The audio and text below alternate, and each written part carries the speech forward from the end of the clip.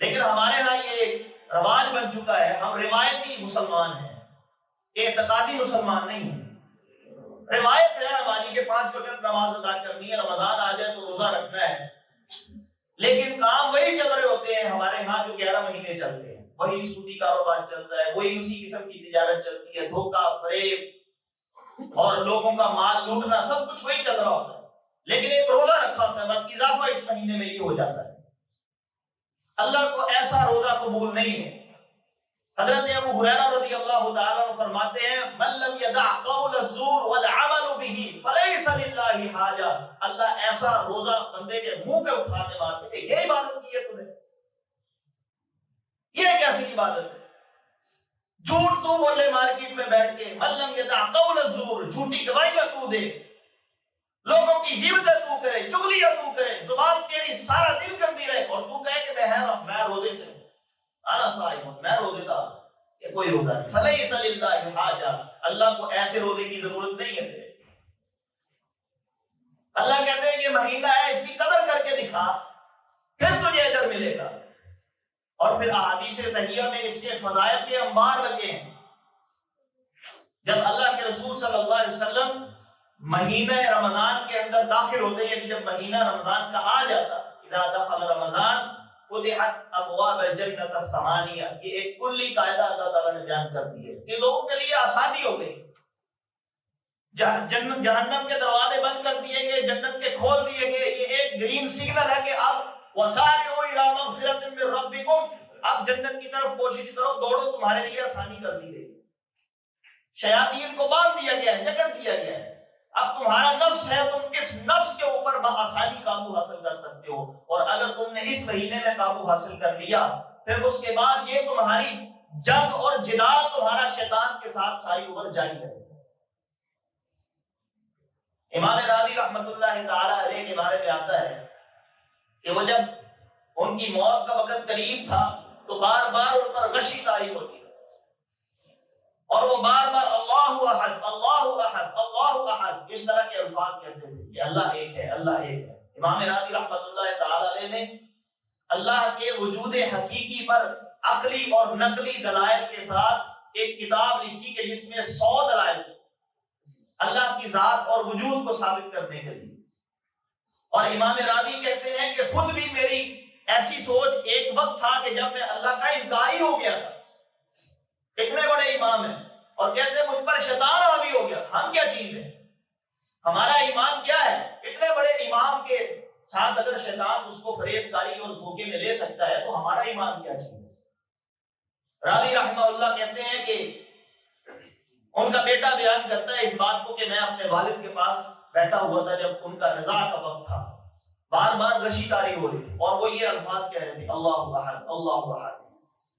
ان کی وفات سے قبل جب وہ اپنی غشی سے تھوڑی دیر کے لیے باہر آئے تو میں نے ان سے پوچھا کہ آپ کے ساتھ کیا معاملہ پیش آ رہا ہے، آپ بار بار یہ الفاظ کیوں کہہ رہے ہیں؟ انہوں نے یہ کہا کہ میری اور شیطان کی آپس میں اس وقت نزاع کے وقت میں جنگ چل رہی ہے، وہ کہتا ہے کہ خدا کا منکر ہو جاؤ، میں کہتا ہوں اللہ احد اللہ احد، اللہ ایک ہے۔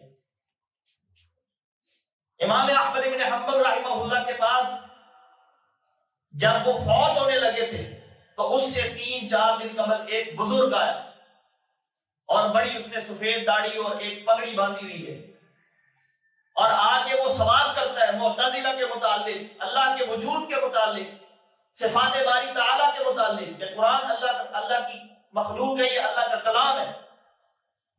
ایک وقت آیا کہ احمد ابن حنبل اتنے بڑے امام ہیں، اس بوڑھے آدمی نے احمد ابن حنبل کو لاجواب کر دیا، جواب ہی کوئی نہ ہے۔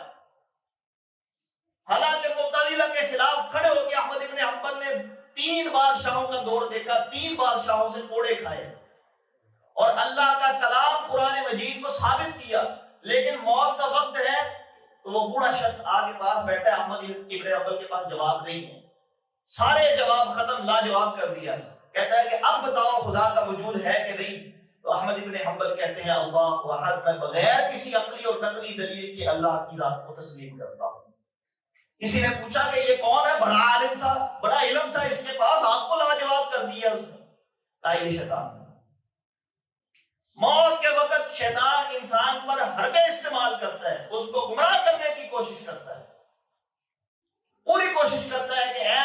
کے وقت اس کو واپس لے لو.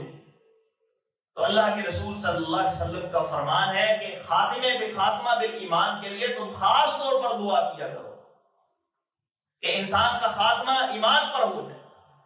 اور پھر احادیث صحیحہ میں رمضان المبارک کے خاص مہینے کی نسبت سے اللہ کے رسول صلی اللہ علیہ وسلم نے یہ حدیث مبارکہ ارشاد فرمائی یا باغی الشر ادبر، اور ایک حدیث مبارکہ میں آتا ہے ابصر، کہ اے اللہ کے باغی اب تیری موت کا وقت قریب آنے والا ہے. ہو سکتا ہے کہ یہ رمضان تیری زندگی کا آخری رمضان ہو، آئندہ تیری زندگی میں رمضان نہ آئے.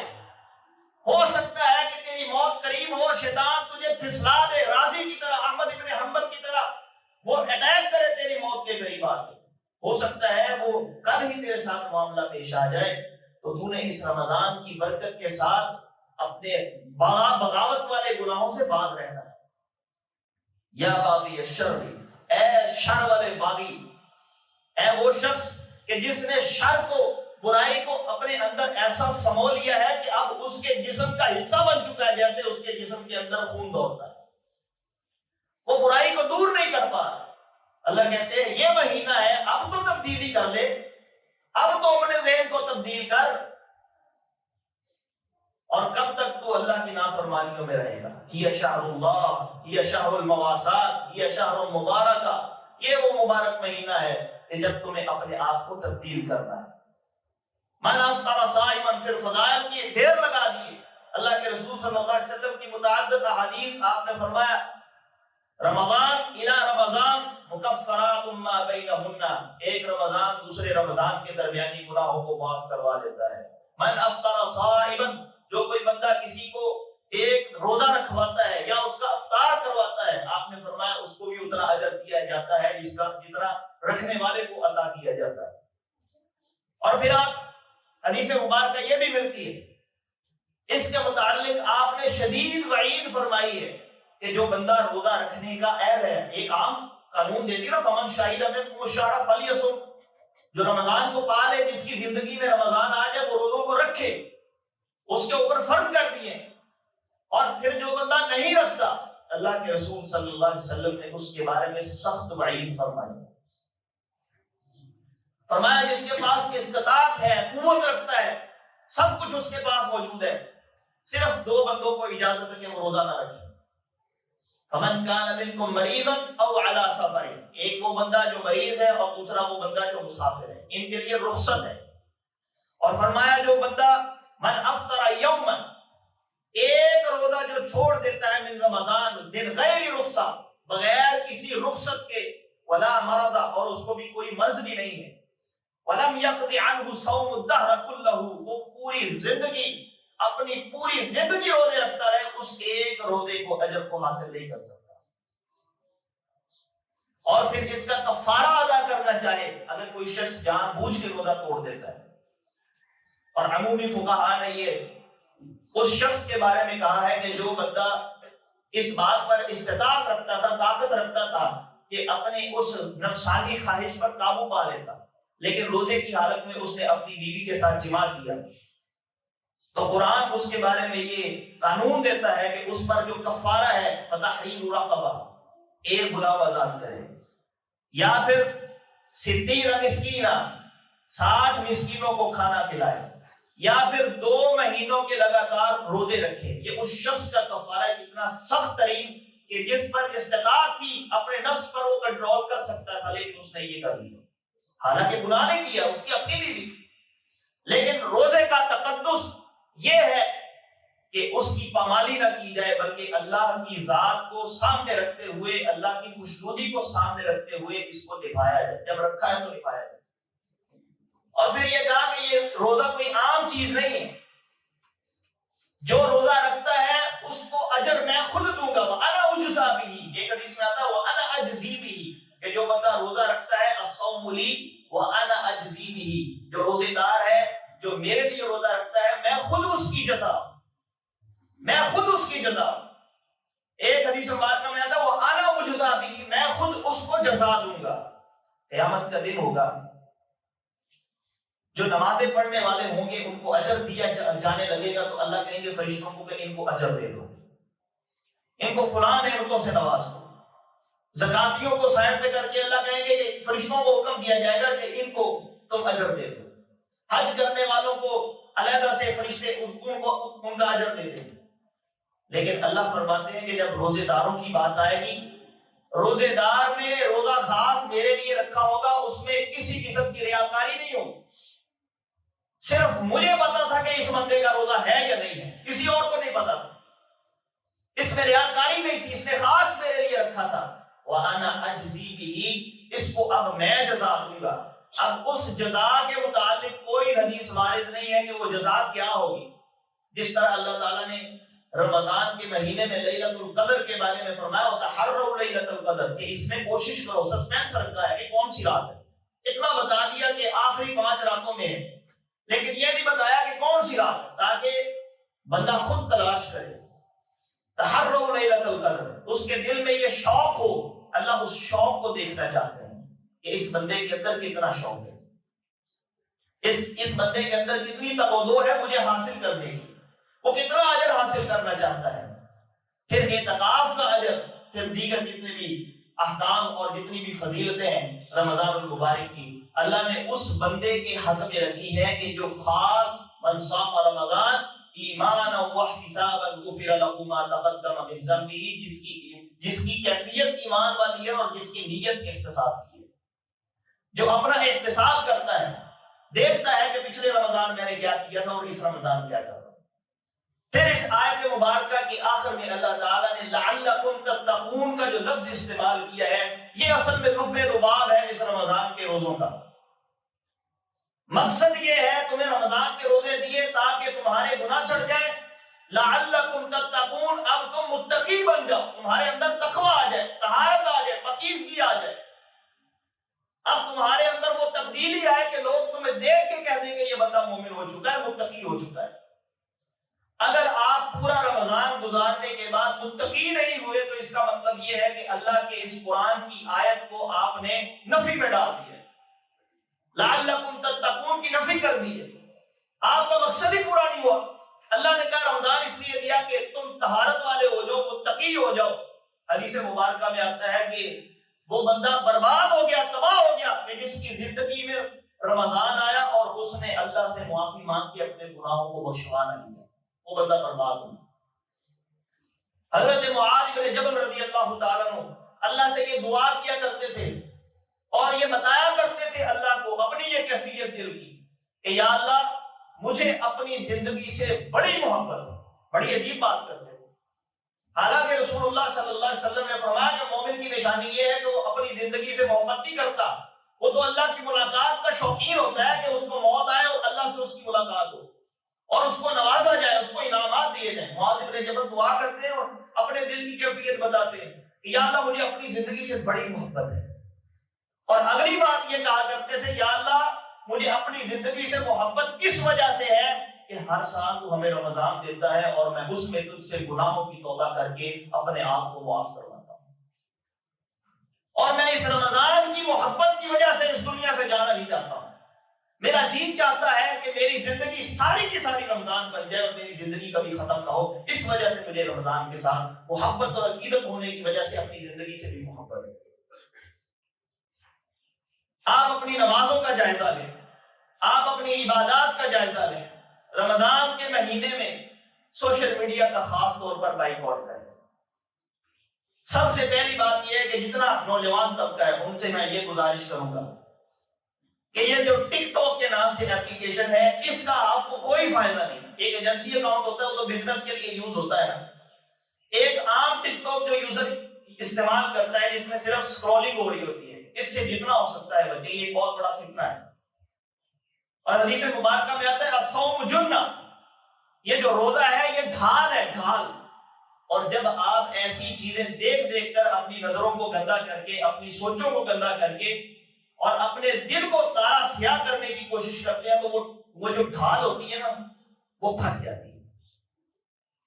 کجنتی یوم القتال، آپ نے فرمایا یہ اس طرح ہے جس طرح کوئی بندہ ڈھال سے لڑنے کے لیے جاتا ہے اور پھر کوئی تیر یا تلوار اس کی ڈھال کو توڑ دیتا ہے یا اس کو پھاڑ دیتا ہے. تم اپنے روزے کو اس طرح خود برباد کر لیتے ہو، پھاڑ دیتے ہو، جس طرح کہ ایک بندہ قتال کرتے ہوئے اپنی ڈھال کو لڑتے ہوئے وہ کسی کی تلوار لگتی ہے اور پھٹ جاتی ہے۔ آپ اپنی اولادوں کا جائزہ لیں، یہ ہمارے کرنے والے کام ہیں۔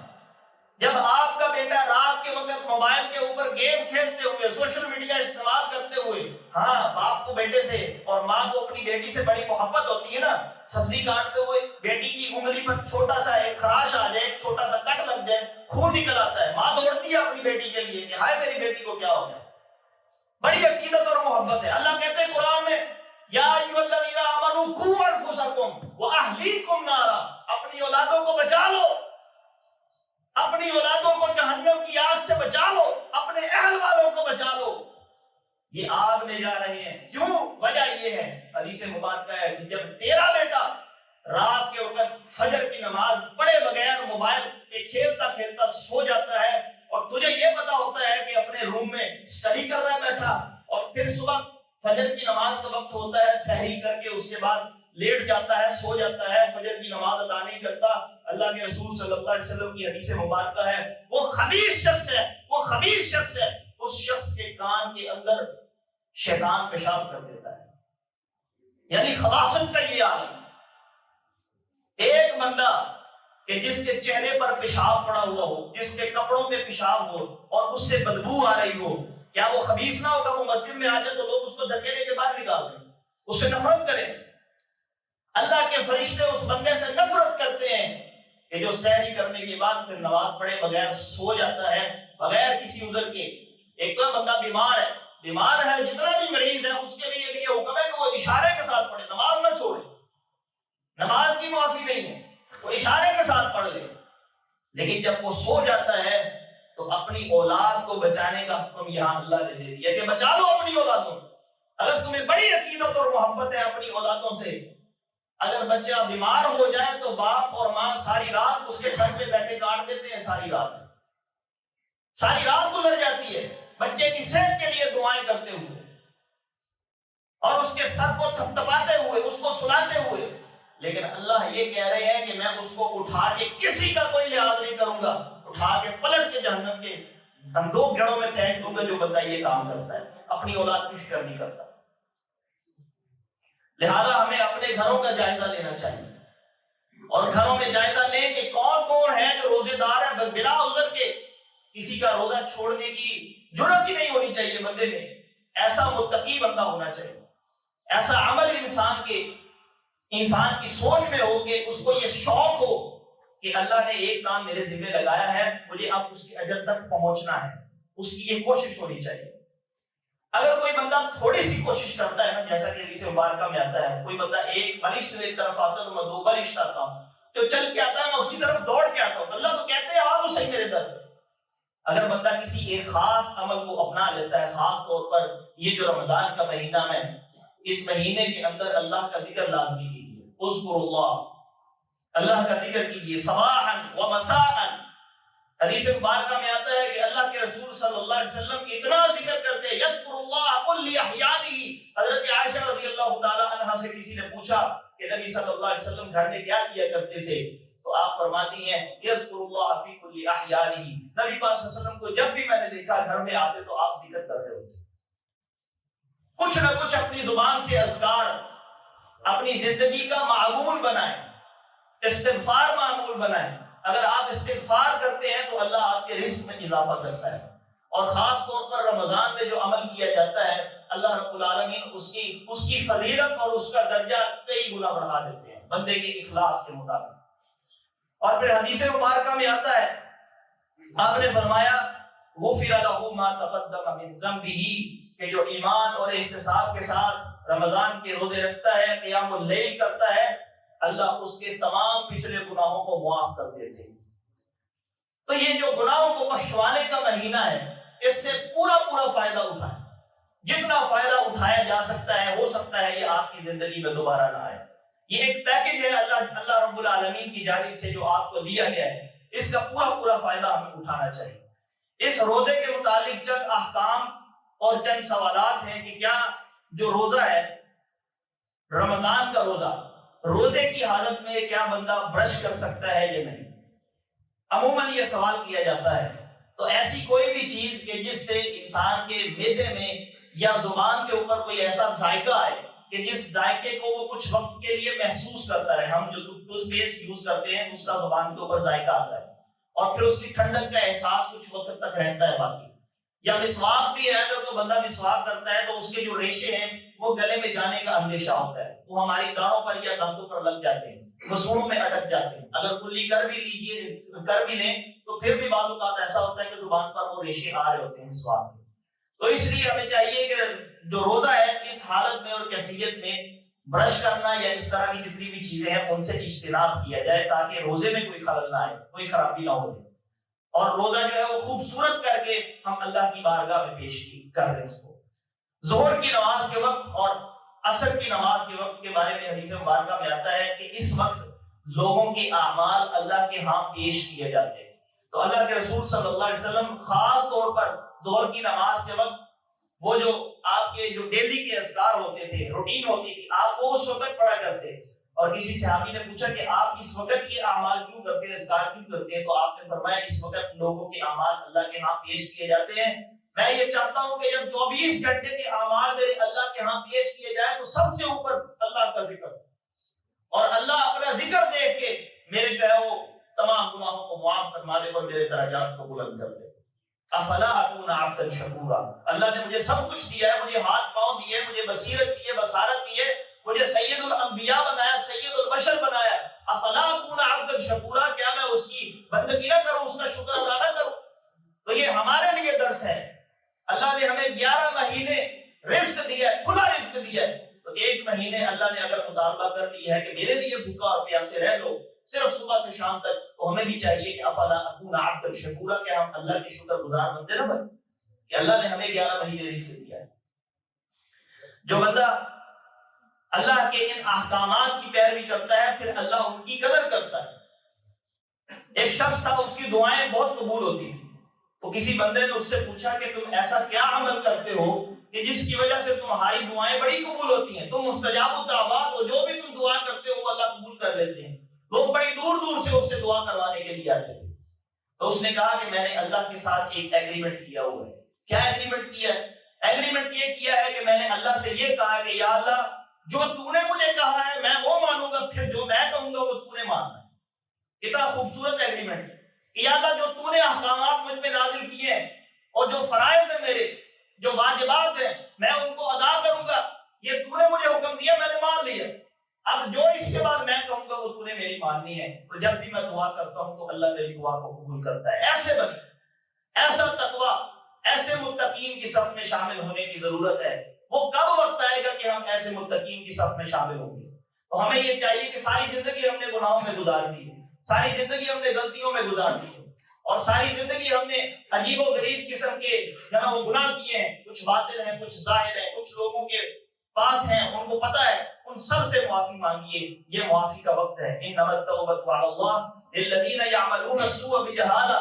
بھول چوک میں اگر کسی سے گناہ ہو جاتا ہے تو اللہ تعالیٰ اس کو معاف کرنے پہ قادر ہے. یہ نہ سوچیں کہ ہم مایوس ہو گئے, پتہ نہیں اللہ مجھے معاف کرے گا یا نہیں کرے گا. اللہ کی رحمت بڑی وسیع ہے, اللہ سے معافی طلب کیجیے. تو اللہ کے رسول صلی اللہ علیہ وسلم ان دنوں میں خاص طور پر خاص و خاص قیام بھی کرتے اور توبہ اور استغفار کا اہتمام بھی لازمی کریں. یہ آپ علیہ السلام کی سنت مطہرہ ہے. نمبر 2, کیا روزہ کی حالت میں انجیکشن لگوایا جا سکتا ہے یا نہیں؟ خاص طور پہ عام طور پر لوگ جو ہیں وہ سوال کرتے ہیں انسولین کے بارے میں. کیا اگر کوئی شوگر کا مریض ہے تو انسولین کا وہ ٹیکا لگوا سکتا ہے یا نہیں؟ کوئی بندہ اگر مریض ہے, اس کو شدید تکلیف ہے, تو پہلی بات تو یہ ہے کہ وہ سحری سے پہلے اپنا بندوبست کرے, میڈیسن کھائے یا انجیکشن لگوائے, اور اس کے بعد پھر افطار کے بعد وہ یہ کام کر سکتا ہے. اگر کوئی مجبوری ہے, ڈاکٹر نے کہا ہے کہ دوپہر کے وقت آپ نے ڈوز لینا ہی لینا ہے, لازمی ہے, یا انجیکشن انسولین کا لینا ہی لینا ہے, ضروری ہے, تو اس شخص کے لیے اجازت ہے کہ جب اس کا مرض بہت زیادہ ہے, وہ برداشت نہیں کر سکتا, اس کی طبیعت ناساز ہو جاتی ہے, خراب ہو جاتی ہے, ویسے مریض کے لیے اللہ کا یہ حکم ہے, حدیث مبارکہ میں بھی ہے, قرآن مجید کی بھی آیت مبارکہ ہے, فمن کان منکم مریضا او علی سفر فعدۃ من ایام اخر, کہ جب وہ مریض ہے تو وہ روزے کو چھوڑ دے اور پھر جب رمضان گزر جائے اس کے بعد اگلا رمضان آنے سے پہلے اپنے روزوں کی وہ کفایہ ادا کر دے, کفارہ ادا کر دے, یعنی ان کی قضا ادا کر دے. اگر قضا ادا نہیں کر سکتا تو پھر فدیہ ادا کر سکتا ہے. اور فدیہ کی جو مقدار ہے، جیسی افطاری اور سحری وہ بندہ خود کرتا ہے. ایک بندہ لینڈ لارڈ ہے اور وہ 1000 روپے کا صرف ناشتہ ہی کر جاتا ہے، اس کے گھر میں اچھی اچھی چیزیں آتی ہیں اور مہنگی مہنگی چیزیں آتی ہیں اور اچھا پھل فروٹ آتا ہے اور اچھی چیزیں وہ استعمال کرتا ہے، تو اس بندے کو چاہیے کہ اپنی جس طرح کی اس کی سحری اور افطاری ہوتی ہے اسی طرح کا فدیہ ادا کرے. یہ نہ ہو کہ 100 روپے دے کے اس غریب کو کہیں کہ چلتا بن، یہ میری طرف سے فدیہ ہوتی ہے. کوئی فدیہ نہیں اس کی طرف سے. جس طرح کا وہ خود کھاتا پیتا ہے اس طرح کا وہ فدیہ ادا کرے گا تو وہ قابل قبول ہے. اس کو چاہیے کہ وہ اپنی طرح کا، جس طرح کی وہ سحری کرتا ہے ویسی سحری اس شخص کو کروائے، جس طرح کی وہ خود افطاری کرتا ہے اس طرح کی افطاری اس کو کروائے. تو یہ اس کا فدیہ ہوگا. اور انسولین جو ہے وہ شخص لگا سکتا ہے جب تک جہاں تک مرض ختم ہو جائے. کوئی ایسا طاقت کا انجیکشن یا جس سے وہ بوسٹ ہوتا ہو بندے کو صحت کی بحالی کے لیے، یا اس طرح کی انرجی کے انجیکشن ہوتے ہیں، یہ لگانا ممنوع ہے. اس طرح کا نہیں لگایا جا سکتا. البتہ جہاں مرض ختم ہوگی یہ وہاں رک جانا چاہیے. اس کے بعد سوال یہ ہے کہ کیا رمضان کا روزہ رکھ کے سرما لگایا جا سکتا ہے؟ جی بالکل لگایا جا سکتا ہے، اس میں کوئی حرج والی بات نہیں ہے اور نہ ہی یہ نواقض صوم میں سے ہے، اس سے روزہ نہیں ٹوٹتا. حائضہ عورت کا جو روزہ ہے اس کے احکام کیا ہیں؟ صحابیات آ کے اللہ کے رسول صلی اللہ علیہ وسلم سے یہ سوال اکثر کیا کرتی تھی کہ جب ہم حائضہ ہو جائیں یا مخصوص ایام شروع ہو جائیں تو ہم روزے کو جاری رکھیں یا پھر اس کو توڑ دیں.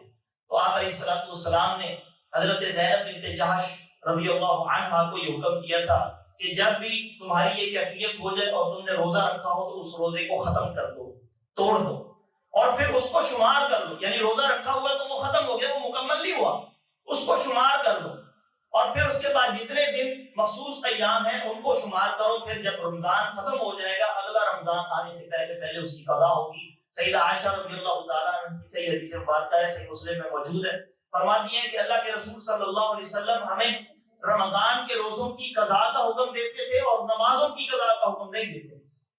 یعنی یہ فرق ہے کہ عورت کے لیے آسانی ہے کہ اگر پورے مہینے کے رمضان کے روزوں میں اگر اس کے 10 دن ہیں مخصوص ایام کے، 5 دن ہیں، 3 دن ہیں یا 6 دن ہیں، تو عورت کے لیے مشقت ہے کہ 6 دن کی وہ نمازیں پڑھے گی، یہ 30 نمازیں بن جائیں گی 6 دن کی، تو اس کے لیے مشقت ہے.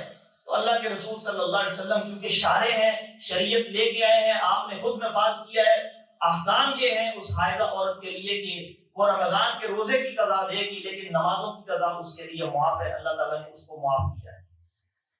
روزے کی حالت میں کیا انسان اپنی خاتون کے ساتھ سو سکتا ہے، لیٹ سکتا ہے، اپنی بیوی کے ساتھ مباشرت کیا وہ کر سکتا ہے؟ مباشرت سے مراد یہ ہوتا ہے کہ ہاتھ پکڑنا یا بوسہ دینا یا اس طرح کا معاملہ کرنا. ایک صحابی رسول اللہ کے رسول صلی اللہ علیہ وسلم کے پاس آتے ہیں اور سوال کرتے ہیں، اور بوڑھے شخص تھے، کوئی عمر ہوگی تقریباً ان کی 55-60 سال. تو آپ سے انہوں نے سوال کیا کہ کیا میں اپنی بیوی کا بوسہ لے سکتا ہوں روزے کی حالت میں؟ تو آپ نے فرمایا تمہارے لیے اجازت ہے. صحیح بخاری کے حدیث مبارکہ ہے، کتاب الصیام میں موجود ہے. آپ نے فرمایا کہ تمہارے لیے اجازت ہے. ایک صحابی جوان پاس بیٹھے ہوئے تھے، انہوں نے کہا اللہ کے رسول کیا میں بھی اپنی بیوی کا بوسہ لے سکتا ہوں روزے کی حالت میں؟ تو آپ نے فرمایا لا، تمہارے لیے یہ اجازت نہیں. اس کی وجہ اور حکمت یہ ہے کہ جو بوڑھا شخص ہوتا ہے اس میں وہ حرص جو ہے، وہ جو مردانہ ہوس ہوتی ہے وہ کم ہوتی ہے، اور جو شہوات ہوتی ہے، نفسانی خواہشات ہوتی ہیں، وہ ایک کبھی نوجوان میں زیادہ ہوتی ہیں. اگر وہ ایسا معاملہ کرے گا تو عین ممکن ہے کہ نوجوان شخص جو ہے وہ جمع بھی کر بیٹھے اور پھر روزے کو فسخ کر بیٹھے، توڑ بیٹھے، اس کی تنسیخ ہو جائے. اس لیے اللہ کے رسول صلی اللہ علیہ وسلم نے مرد جو قوی ہے، جو جوان ہے، اس کے لیے اجازت نہیں دی، جو بوڑھا ہے اس کے لیے اجازت دی ہے کہ وہ کر سکتا ہے. اور پھر صحابیات میں سے، ازواج مطہرات میں سے خود بھی ایک جو نبی پاک صلی اللہ علیہ وسلم کی زوجہ ہے امہات المومنین میں سے یہ حدیث مبارکہ ملتی ہے کہ اللہ کے رسول صلی اللہ علیہ وسلم نے وضو کیا ہوا تھا، آپ نے غسل کیا ہوا تھا، غسل کی حالت میں تھے اور پاک اور طہارت والے تھے. پھر اس کے بعد آپ کا روزہ بھی تھا اور آپ نے اپنی ازواج مطہرات میں سے کسی ایک کا بوسہ لیا، اور وہ روایت خود بیان کرتی ہے، انہوں نے خود بتایا انہوں نے خود بیان کرتے ہوئے یہ بتایا کہ بعض ازواج میں سے کسی ایک کا بوسہ لیا تو وہ حالانکہ خود ہی تھی، انہوں نے اپنا نام نہ بتانا چاہا، اس وجہ سے انہیں یہ روایت بیان کر دی. تو آپ علیہ السلام سے یہ ثابت ہے. پھر کسی نے یہ پوچھا کہ اگر بیوی کا بوسہ لیا جائے تو وہ جائز ہے؟ تو آپ نے فرمایا کہ میں تم میں سے سب سے زیادہ اپنے نفس پر قابو پانے والا ہوں. تم نہیں ہو سکتا ہے کہ کیونکہ نبی ہے نا، نبی کا ایک خاصہ ہوتا ہے اللہ کے رسول صلی اللہ علیہ وسلم نے فرمایا کہ میں اپنے نفس پر تم سے زیادہ قابو پانے والا ہوں، اس وجہ سے اگر کوئی شخص ایسا ہے کہ جس کو اگلے معاملات کا ڈر ہے تو وہ یہ کام نہ کرے تو بہتر ہے۔ اس کے بعد کیا کانوں میں یا آنکھوں میں ڈراپس ڈالنا جائز ہے یا ناجائز ہے؟ روزے کی حالت میں اگر تو کوئی شخص اس قدر مریض ہو چکا ہے، کان میں شدید درد ہے یا آنکھ میں شدید درد، تو اس صورتحال میں کہ جب اس سے برداشت نہیں ہو رہا یا وہ انتظار نہیں کر پا رہا کہ کب افطار ہو، تو پھر وہ اپنے کان میں یا اپنے ناک میں ڈراپس ڈال سکتا ہے، اگرچہ اس کے گلے تک اس کا ذائقہ پہنچ بھی جائے، کیونکہ وہ مریض ہے، اگرچہ اس کے گلے تک اس کا ذائقہ پہنچ بھی جائے پھر بھی وہ اس کا روزہ جاری رہے گا۔ اور ڈراپس کان میں یا آنکھ میں یا ناک میں اس صورت میں ہی ڈالے جا سکتے ہیں جب بہت زیادہ شدید مرض ہو یا بہت زیادہ شدید اس کو درد ہو، جب تک درد ختم نہیں ہو جاتی تب تک وہ استعمال کر سکتا ہے، اس کے علاوہ جب اس کو آرام آ جائے گا پھر وہ دوبارہ نہیں ڈال سکتا۔ روزے کی حالت میں کیا گالی دینے سے روزہ ٹوٹ جاتا ہے یا نہیں؟ نواقض صیام میں گالی دینا شامل نہیں ہے، البتہ یہ ایک انتہائی کبھی عمل ہے۔ سباب المسلم فسوق وقتالہ کفر، صحیح مسلم کی حدیث مبارکہ آپ نے فرمایا کہ کسی شخص کو، مسلمان کو گالی دینا یہ فسق ہے۔ فسق کا مطلب یعنی فاسق ہو جانا، بندہ فاسق ہو جاتا ہے۔ فاسق سے مراد یہ ہے کہ ایک تو ہے گناہگار اور ایک ہے ایکسٹریم لیول کا گناہگار، بہت بڑا گناہگار، بڑا مجرم۔ تو کسی کو گالی دینا گویا کہ ایسے ہے کہ جس طرح اس نے بہت بڑا گناہ کر لیا ہے جو اللہ کو ناراض کرنے والا ہے۔ ایک بندہ روزہ رکھ کے بیٹھا ہوا ہے اور پھر وہ گالی دے کے اللہ کو ناراض کر رہا ہے، اس کا کس چیز کا روزہ ہے؟ روزے کا مطلب یہ ہے کہ اللہ کی اطاعت میں وقت گزارنا، یہ مطلب نہیں ہے کہ اللہ کی نافرمانی میں وقت گزارنا۔ تو جو بندہ گالی دیتا ہے روزہ فسق تو نہیں ہوتا، لیکن روزے کی جو اصل وقعت ہے اور اس کا جو اجر ہے اس میں ایک بہت زیادہ کمی آ جاتی ہے۔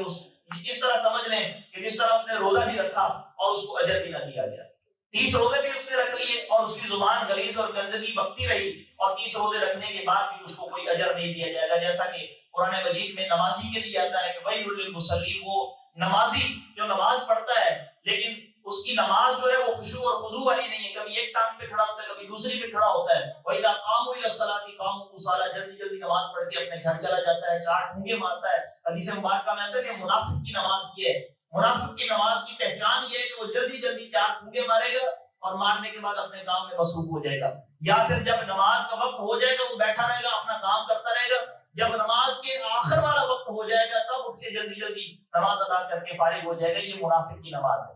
اسی طرح وہ میں یہ کہتا ہوں کہ یہ جو روزہ ہے جو گالی دینے والا شخص ہے یہ بھی منافق کا ہی ہوتا ہے۔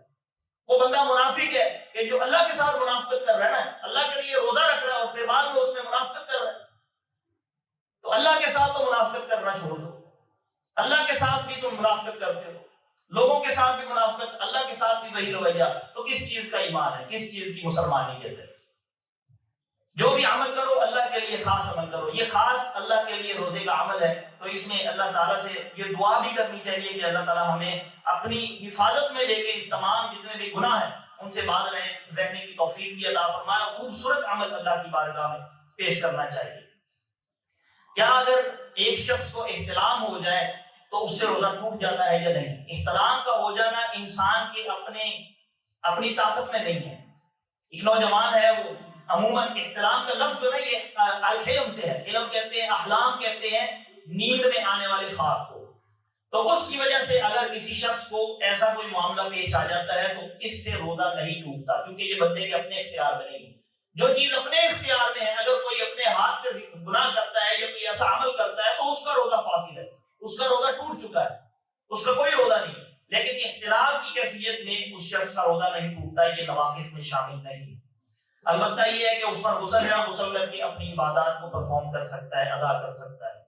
اذان کے درمیان میں کیا کھانا کھانا جائز ہے یا نہیں؟ سحری کے وقت میں جب ہم کھانا کھاتے ہیں، سحری کرتے ہیں، تو عموماً ایسا ہوتا ہے کہ کئی اذانیں ہو رہی ہوتی ہیں، مختلف مساجد سے آوازیں آ رہی ہوتی ہیں، تو جو اذان کی آواز آپ نے سب سے پہلے سنی ہے اس اذان کو آپ شمار کر لیں، کنسیڈر کر لیں کہ یہ میری اذان سب سے پہلی جو ہے اس کو شمار کریں۔ اللہ کے رسول صلی اللہ علیہ وسلم کی حدیث مبارکہ ہے، آپ نے سحری کی اور آپ نے ہاتھ میں نوالہ پکڑا ہوا تھا، یعنی آپ کھا رہے تھے کھانا اور ادھر سے حضرت بلال رضی اللہ تعالیٰ عنہ اذان دے رہے تھے، تو آپ نے اذان کے درمیان میں جناب وہ کھانا کھایا ہے، سحری کی ہے، یہ جائز ہے۔ البتہ یہ ہے کہ حدیث مبارکہ میں آتا ہے کہ اگر کسی شخص نے، یعنی اذان کا اختتام ہو رہا ہے، اللہ اکبر اللہ اکبر لا الہ الا اللہ، یہ کلمات ہیں، اور آپ کے ہاتھ میں ایک لقمہ ہے، اب اذان بالکل ختم ہونے والی ہے، تو اجازت ہے کہ وہ لقمہ، حدیث مبارکہ میں آتا ہے کہ وہ بندہ اس کو منہ میں ڈال سکتا ہے اور اس کو کھا سکتا ہے، یا آپ نے منہ میں ڈال لیا، آپ ابھی چبا رہے ہیں، ابھی نگلا نہیں آپ نے، اور اذان ختم ہو گئی، تو اس کو تھوکنا نہیں چاہیے بلکہ اس کو نگل لینا چاہیے، کیونکہ وہ آپ نے اذان کے درمیان ہی اپنے منہ میں داخل کر لیا تھا، تو یہ اسی کا حصہ، سحری کا حصہ ہی شمار کیا جائے گا۔ رمضان کا روزہ افطار کرنے کی اصل دعا کیا ہے؟